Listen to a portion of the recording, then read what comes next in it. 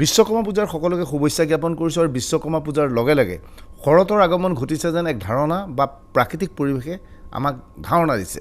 গতিকে শৰত আহিছে, শৰত শুভ হওক তাকে আশা কৰিলোঁ। কিন্তু সকলোতকৈ আগতে আমি ৰাজনীতিৰ কথা এই অনুষ্ঠানত পাতিব বিচাৰিছোঁ।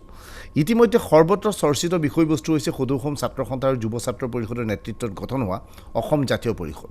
অসম জাতীয় পৰিষদ পূৰ্ণাংগ ৰূপত গঠন হোৱা নাই, কমিটি গঠন হৈছে। নৱেম্বৰত সম্পূৰ্ণ ৰূপত আমি কমিটিখন দেখা পাম, যদিও ইয়াক লৈ বিভিন্ন জল্পনা কল্পনা চলিছে। বিশেষকৈ বিজেপিৰ ভিতৰচৰাত এজেপিক লৈ চলিছে বিভিন্ন জল্পনা কল্পনা। সদৌ অসম ছাত্ৰ সন্থা আৰু যুৱ ছাত্ৰ পৰিষদৰ উদ্যোগত অসম জাতীয় পৰিষদ গঠন হোৱাৰ লগে লগে বিজেপিৰ ভিতৰচৰাত আৰম্ভ হৈ গৈছে ইয়াক লৈ পৰ্যালোচনা। বিশেষকৈ বিজেপিৰ থিংক টেংকে সমগ্ৰ বিষয়বস্তুৰ আলোচনা কৰিছে। এনেধৰণৰ আলোচনা হৈছে যে অসম জাতীয় পৰিষদে মূলতঃ বিজেপিক ক্ষতিগ্ৰস্ত কৰিব নেকি। বিজেপি নেতৃত্ব নিশ্চিত, কংগ্ৰেছ আৰু AIDFৰ মিত্ৰতা হোৱাৰ লগে লগে সংখ্যালঘুৰ ভোট বিভাজিত নহয়। এনে অৱস্থাত সংখ্যাগুৰুৰ ভোট যাতে বিভাজিত নহয় তাৰ বাবে বিজেপিয়ে ব্যাপক তৎপৰতা অৱলম্বন কৰিব ওলাইছিল। কিন্তু হঠাৎ আছু আৰু যুৱ ছাত্ৰ পৰিষদৰ উদ্যোগত কা বিৰোধী আন্দোলনৰ গইনা লৈ অসম জাতীয় পৰিষদ গঠন হোৱাৰ লগে লগে বিজেপি নেতৃত্ব চিন্তিত হৈ পৰিছে। বিধানসভা নিৰ্বাচনত বিজেপিয়ে কেইখন আসন পাইছিল সেয়া ডাঙৰ কথা নহয়। লোকসভাৰ নিৰ্বাচনত কেইখন বিধানসভাৰ আসনত সংখ্যাগৰিষ্ঠতা পাইছিল সেয়াহে ডাঙৰ কথা। কা বিৰোধী আন্দোলনৰ পিছতে অনুষ্ঠিত হৈছিল লোকসভাৰ নিৰ্বাচন। লোকসভা নিৰ্বাচনত বিজেপিৰ মিত্ৰ গোটে ৭০খনৰো অধিক বিধানসভা আসনত সংখ্যাগৰিষ্ঠতা পাইছিল। কা বিৰোধী ভোটাৰে সেই সময়ত বিজেপিৰ বিৰুদ্ধে ভোট দিছিল। যোৰহাট, ডিব্ৰুগড়, লখিমপুৰ, তেজপুৰ আদি সমষ্টিত বিজেপিৰ বিৰুদ্ধে কা বিৰোধী ভোট পৰাৰ পিছতো বিজেপিৰ ক্ষতি হোৱা নাছিল। বিগত লোকসভা নিৰ্বাচনত বিশেষকৈ যোৰহাট লোকসভা সমষ্টিত কংগ্ৰেছৰ সপক্ষে ঢৌ বৈছে বুলি ধাৰণা কৰা হৈছিল। বিশেষকৈ কা বিৰোধী আন্দোলনত জড়িত লোকসকলে কংগ্ৰেছৰ সপক্ষে ভোটদান কৰিব বুলি ধাৰণা কৰা হৈছিল আৰু কাৰ্যত ব্যাপক হাৰত কা বিৰোধী লোকে কংগ্ৰেছৰ সপক্ষে ভোটদান কৰিছিল।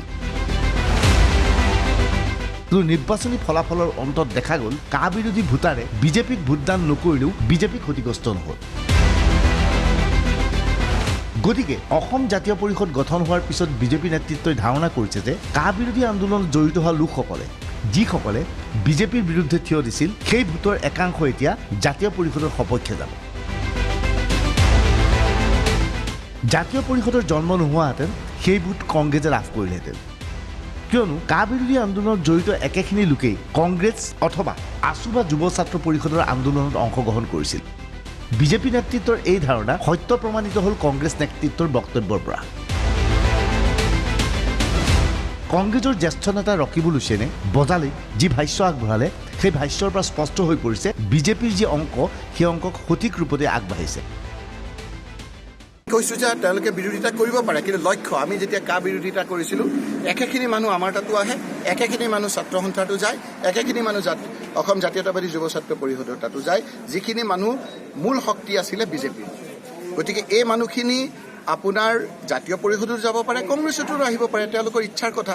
আৰু জাতীয় পৰিষদ গঠন কৰাৰ তেওঁলোকৰ সাংবিধানিক এটা অধিকাৰ আছে। যদি আমাৰ বেলেগ দল গঠন কৰিব পাৰে তেওঁলোকে নোৱাৰে কিয়? গতিকে মূল কথা হ'ল যে বিজেপিক পৰাভূত কৰিবৰ কাৰণে আমাৰ পথ বেলেগ হ'ব পাৰে, কিন্তু আমাৰ লক্ষ্য ৰকিবুল হুছেইনৰ বক্তব্যৰ পৰা স্পষ্ট কা বিৰোধী আন্দোলনত জড়িত ব্যক্তিসকলে কংগ্ৰেছৰ সভাতো অংশগ্ৰহণ কৰিছিল বা জাতীয় সংগঠনৰ সভাতো অংশগ্ৰহণ কৰিছিল। এনে অৱস্থাত এই ভোট কোনো ক্ষেত্ৰতে বিজেপিৰ নাছিল। এনে অৱস্থাত জাতীয় পৰিষদকে ধৰি কেইবাটাও আঞ্চলিক দল গঠন হ'লে বিজেপি ক্ষতিগ্ৰস্ত হ'ব নেকি? কিন্তু বিজেপি নেতৃত্ব নিশ্চিত কোনো ক্ষেত্ৰতেই এই নতুন ৰাজনৈতিক দলে বিজেপিক ক্ষতি নকৰে। कल विषय है, मैं ज़्यादा नहीं बोलूँगा।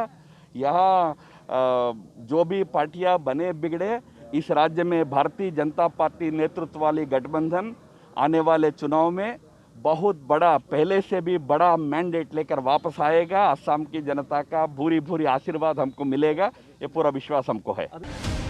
নকলেও হ'ব 1991 চনৰ নিৰ্বাচনত ৰাজ্যত কেইবাটাও আঞ্চলিক দল গঠন হৈছিল, যাৰ পৰিণতিত ভোট বিভাজিত হৈ হিতেশ্বৰ শইকীয়া মুখ্যমন্ত্ৰী নিৰ্বাচিত হৈছিল। এইবাৰো একেই ঘটনাৰ পুনৰাবৃত্তি হ'ব নেকি? 91 পুনৰাবৃত্তি হোৱাটো বিচৰা নাই অসম জাতীয় পৰিষদে। আঞ্চলিক দলসমূহক একেখন মঞ্চলৈ অনাৰ পৰিকল্পনা। এই দলটোৱে অসমত সকলোকে লৈ সকলো সমভাৱাপন্ন আঞ্চলিক দলক জাতীয় জনগোষ্ঠী সংগঠনক লৈ ঐক্যবদ্ধভাৱে নিৰ্বাচন যুঁজখনত আগবঢ়াৰ ৰূপৰেখা প্ৰস্তুত কৰিব যোগাত্মকভাৱে, তাত কোনো সন্দেহ নাই, এইটো মই নিশ্চিতভাৱে প্ৰতিশ্ৰুতি দিছোঁ। কিন্তু এই সমগ্ৰ প্ৰক্ৰিয়াটোত এতিয়া হঠাৎ অস্পৃশ্য হৈ পৰিছে অজিত কুমাৰ ভূঞা। কা বিৰোধী আন্দোলনত অজিত ভূঞা জড়িত হৈ পৰিছিল, কিন্তু কংগ্ৰেছ আৰু AIDFৰ সমৰ্থনত ৰাজ্যসভাৰ সাংসদ হোৱাৰ পিছতেই অজিত ভূঞাৰ প্ৰতি ধাৰণা সলনি হৈছে জাতীয় সংগঠনসমূহৰ। সেয়েহে অজিত ভূঞাৰ নেতৃত্বত গঠন হোৱা মঞ্চৰ সৈতে যাবলৈ সাজু নহয় জাতীয় পৰিষদ। আমাৰ দলৰ এটা সিদ্ধান্ত আছে, এইটো পৰামৰ্শদাতা সমিতিৰ যিটো পৰামৰ্শ তাত সন্নিৱিষ্ট কৰা আছে। পৰামৰ্শদাতা সমিতিয়ে কৈছে যে ৰাষ্ট্ৰীয় ৰাজনৈতিক দল আৰু সাম্প্ৰদায়িক ৰাজনৈতিক দলৰ লগত সম্পৰ্ক নথকা আঞ্চলিক দলসমূহৰ লগত আৰু জাতি জনগোষ্ঠীসমূহৰ লগত ঐক্যবদ্ধভাৱে নিৰ্বাচনী যুঁজলৈ ৰাজনৈতিক সংগ্ৰামখন আগুৱাই দিব লাগে, গতিকে সেই ধাৰাতে আগবাঢ়িব।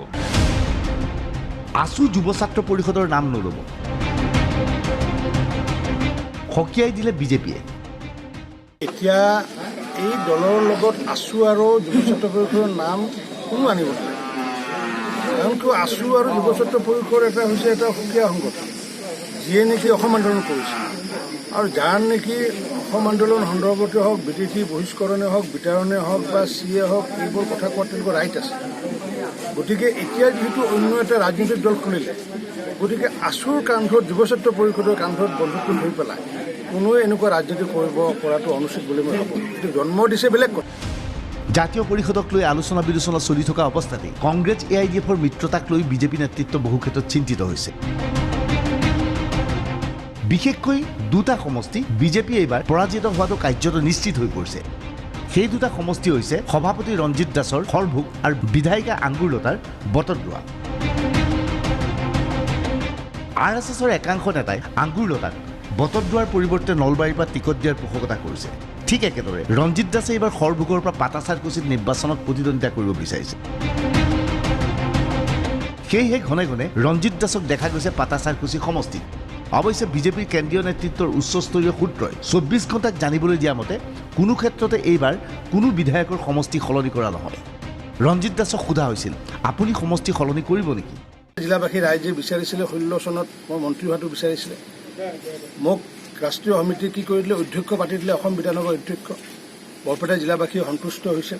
অসম বিধানসভাৰ অধ্যক্ষ মহেন্দ্ৰ মোহন চৌধুৰী আছিলে, পৰৱৰ্তী সময়ত সেই মৰ্যাদা জিলাবাসীক দিছিলে। তাৰে 7 মাহ পিছত দলে ক'লে কি যে নহয়, আপুনি দলৰ সভাপতি হ'ব লাগে। মই দলৰ সভাপতি হ'লোঁ। একেদিনা মই সেই পদ অব্যাহতি লৈ পেলাই 2016 চনৰ 25 ডিচেম্বৰ তাৰিখে আমাৰ অটল বিহাৰী বাজপেয়ী ডাঙৰীয়াৰ জন্মৰ দিনাখন, সেই তাৰিখৰ দিনাখনে মই দলৰ সভাপতি হ'লোঁ। 3 বছৰ মই সভাপতিৰ দায়িত্ব পালন কৰাৰ পিছত সংবাদ মাধ্যমত শুনা কথা চলিছে যে ৰঞ্জিত দাসক কিবা মন্ত্ৰিত্ব দিব। তাৰপিছত দলে কি কৰিলে যে পুনৰবাৰ 3 বছৰৰ কাৰণে 2022 চনলৈ দায়িত্ব দিলে। গতিকে দলে যি দায়িত্ব দিয়ে সেই দায়িত্ব ভাৰতীয় জনতা পাৰ্টীৰ ডেডিকেটেড কাৰ্যকৰ্তাই পালন কৰে। ক'ত নিৰ্বাচন খেলিব নেখেলিব, কোনে কি দায়িত্ব পাব নাপাব দলৰ, সেইবোৰ বিচাৰ বিবেচনা দায়িত্ব আমাৰ ব্যক্তিগতভাৱে নাথাকে।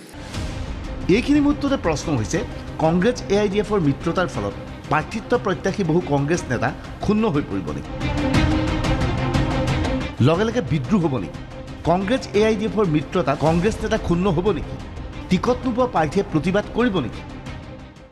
বিজেপি AGPৰ লগততো আপোনাৰ ইয়াত পাটাচাৰকুছিত দেখোন তেওঁলোকৰ সন্ধি আছিল। এইবাৰ দেখোন নহ'ব বুলি কৈ ইয়াৰে দেখোন বিজেপি নেতাসকল ঘূৰি ফুৰিছে, ঘূৰি ফুৰা নাই জানো? পাটাচাৰকুছিত আপোনালোকে সোধকচোন, AGP কেন্দ্ৰীয়ত দিব নে বিজেপিত দিব?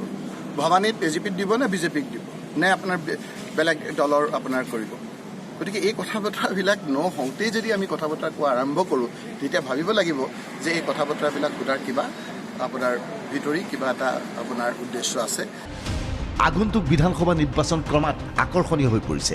বিশেষকৈ অসম জাতীয় পৰিষদৰ আগমনৰ লগে লগে ৰাজনৈতিক পথ পৰিৱৰ্তন হোৱাটো স্পষ্ট হৈ পৰিছে। জাতীয় পৰিষদে কিমানখন আসন দখল কৰিব পাৰে সেয়া পিছৰ কথা, কিন্তু জাতীয় পৰিষদ যে এটা ফেক্টৰ হ'ব সেই কথা নিশ্চিত। Bureau' report DY365।